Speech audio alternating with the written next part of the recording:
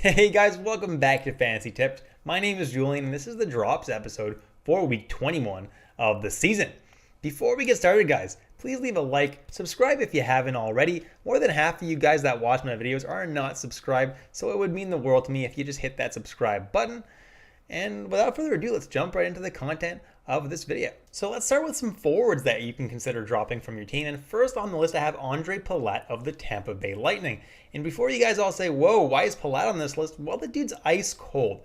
And I'm not recommending dropping him in super deep leagues like 12-man and bigger. In those leagues, you kind of have to hold him and hope that he turns it around. I mean, he should, right? He's playing on the top line with Kucherov and with Braden Point. It's a pretty good place to be. He's not getting the top power play time, which hurts him a little bit, but the deployment 5-on-5 should be good enough to earn him a decent amount of points. He also likes to hit a little bit, which helps in leagues that count hits. But again, he's ice cold right now, and he's showing no signs of life at all.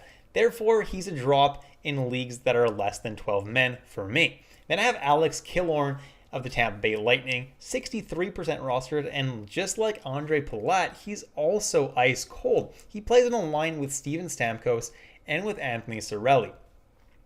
Stamkos is a great player, but Killorn has never gotten more than 47 points in a season. He's currently at 46, so obviously he's having an amazing season, but he was obviously due to regress, right? His on-ice shooting percentage, despite being ice cold, is 13.2%, so it's still pretty high. And his shooting percentage on the year is 15.7%, which is significantly higher than his career average as well. So obviously, yeah, he was due to regress quite a bit, considering he's 1 point short of his all-time high points, right? Obviously, he's still playing on a pretty good line, and I think he's a pretty good player, but he's not a must-hold in fantasy leagues for me. Once he starts to heat back up again, then you can go ahead and add him back. Obviously, in the deepest of leagues, I'm not dropping Alex Killorn, but in shallower leagues, he can definitely safely be dropped. And then I have Chandler Stevenson of the Vegas Golden Knights, and he's recently been demoted down to the third line.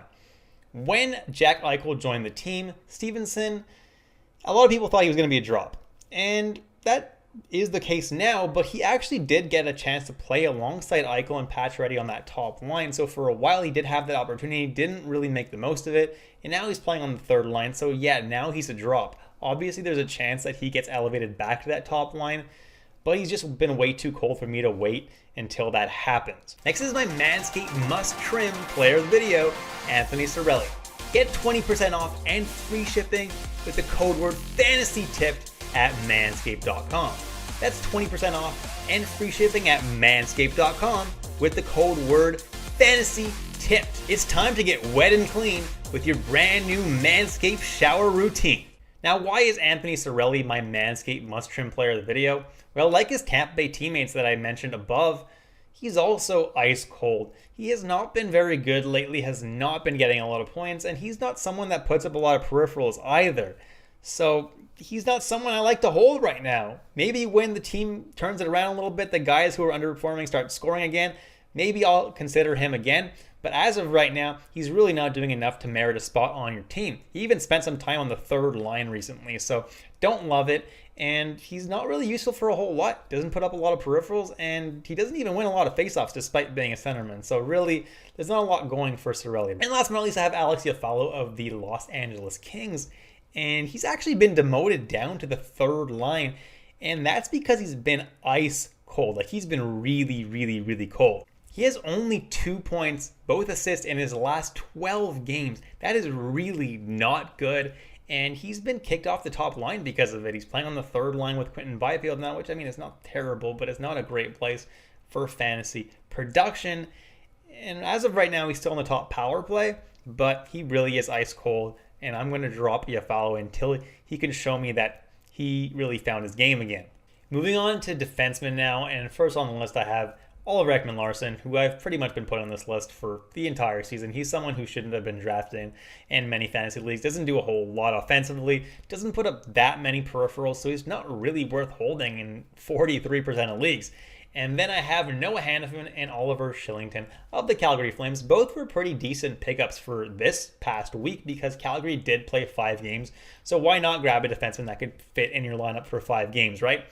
But now that the week is over, their value is pretty limited in normal weeks, so I'll go ahead and drop them. And then I have Matt Grzelcyk of the Boston Bruins, 19% rostered, and he mans a second power play, doesn't put up that many peripherals, and doesn't do enough to really merit a spot on your fantasy team. And then I have Augusta Forsling, who had an awesome beginning of the season, was putting up a lot of points, was putting up some decent peripherals as well.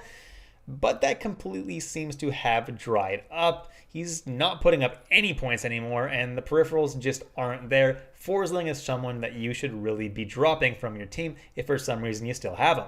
Moving on to goalies, and before I mention the goalies, be sure to stick around until the end of the video because I do have some trade deadline special content for you at the end of the video for goalies.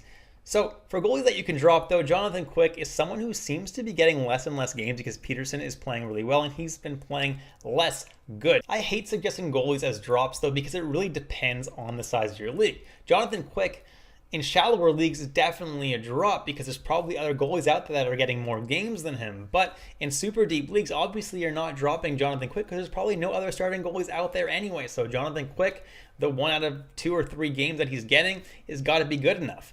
And then I have Mike Smith, who I don't know, he's still out with an illness somehow.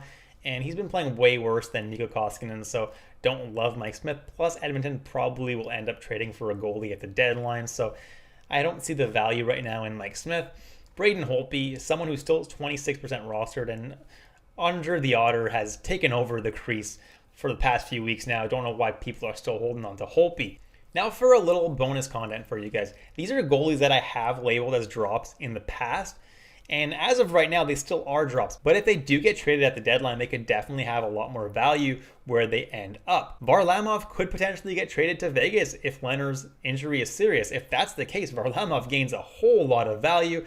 And if you do have Varlamov, maybe you do want to hang on to him and see what happens at the trade deadline. And then Spencer Knight could get traded in a package to Arizona for Jacob Chychrun. So if you have like an NA spot, you can definitely consider holding Spencer Knight there because he's someone that could end up starting some games in Arizona or something like that if he does end up getting traded.